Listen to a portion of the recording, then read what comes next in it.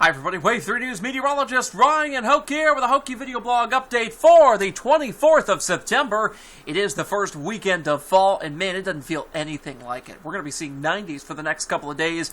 There is fall-like weather in the forecast, and it looks like the end of the 90s may be close in range here. We'll have to see how that works out, but I think this may be it for most of us when it comes to 90s this weekend. All right, Hokey weather fact today, hair growth in the summer. My barber asked me a couple weeks ago, she said, Ryan, doesn't your hair grow faster in the summer? Is it due to the weather? And I said, well, let me research that. And sure enough, it actually grows very, very, very, very slightly more in the summer, so much that you cannot even detect it. You can't sense how slightly faster it's growing. But it's not due to the weather. It's due to hormonal changes in your body. So, no, the weather does not make your hair grow faster in the summer. And even then, it really doesn't grow much faster at all. So the overriding theme here is a no on the answer to that question. Outside this morning, starting to gain a little bit of a visibility issue there with our Kentucky One Health SkyTrack network of cameras in Jeffersonville because of a little bit of fog that's moved in. Temperatures are now in the 60s outside the city. And this is primarily where we're seeing some of these visibility issues, from Madison on over toward Perry County, over toward portions of Crawford County near the river as well. We've got a front that's moving in from our north and east. It's a backdoor cold front because it's moving from northeast to southwest. With the air so dry, we're not going to really be seeing any sort of storm or rain activity from this. Not even really much of an increase in the clouds. It'll still be mostly sunny this afternoon. A very hot day out there in the lower 90s. All right, guys, let's talk about the air quality, because the air quality alert is still in effect for us through today. They've extended it once again as promised. As we head throughout tomorrow, they may extend it once more to cover Sunday, and then that would probably be it, because that front will move in. It'll start to recycle out, or just cycle out our air mass that we have overhead that's been very stagnant. Right now, we've got Metro AQI air quality index numbers in the moderate range. Will probably be in the unhealthy to for sensitive groups range this afternoon. That code orange air quality alert. So if you've got asthma, COPD, or other lung ailments, you'll want to be very careful if you're outside. Saturday, we've got a lot of events going on. I mean, it is just a chock-full list. We got this big calendar full of events that we keep around here, and I mean, we've run out of space. It's just so many. Downs after dark at Churchill Downs, starting in the upper 80s, ending up in the upper 70s, still very muggy tonight.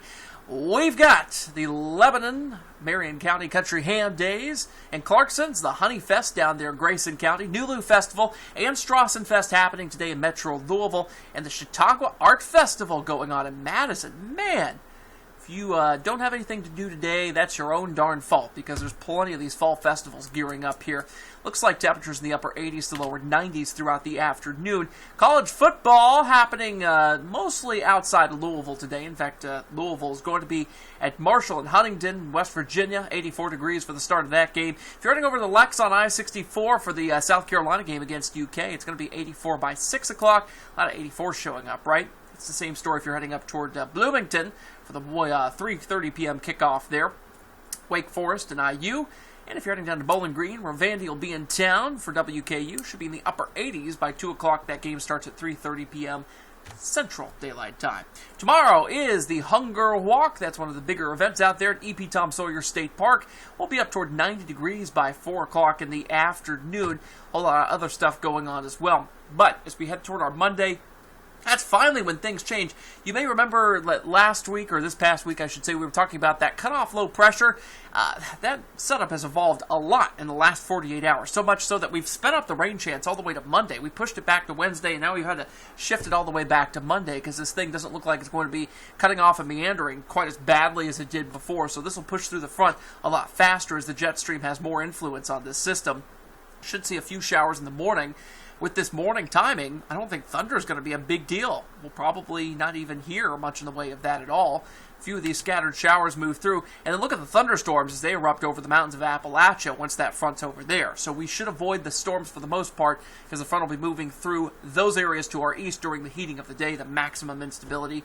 This brings us in some cooler air. In fact, cooler to the point where we see 70s for just about the rest of the work week, maybe up toward 80 on Friday. Finally, fall weather is here.